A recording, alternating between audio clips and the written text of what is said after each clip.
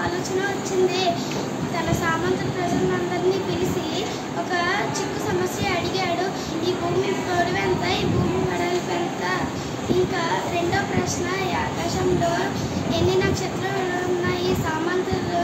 సామంతుల మొక్కలంతా పాలిపోయాయి. అప్పుడు మాల్వా రాజ్యంలో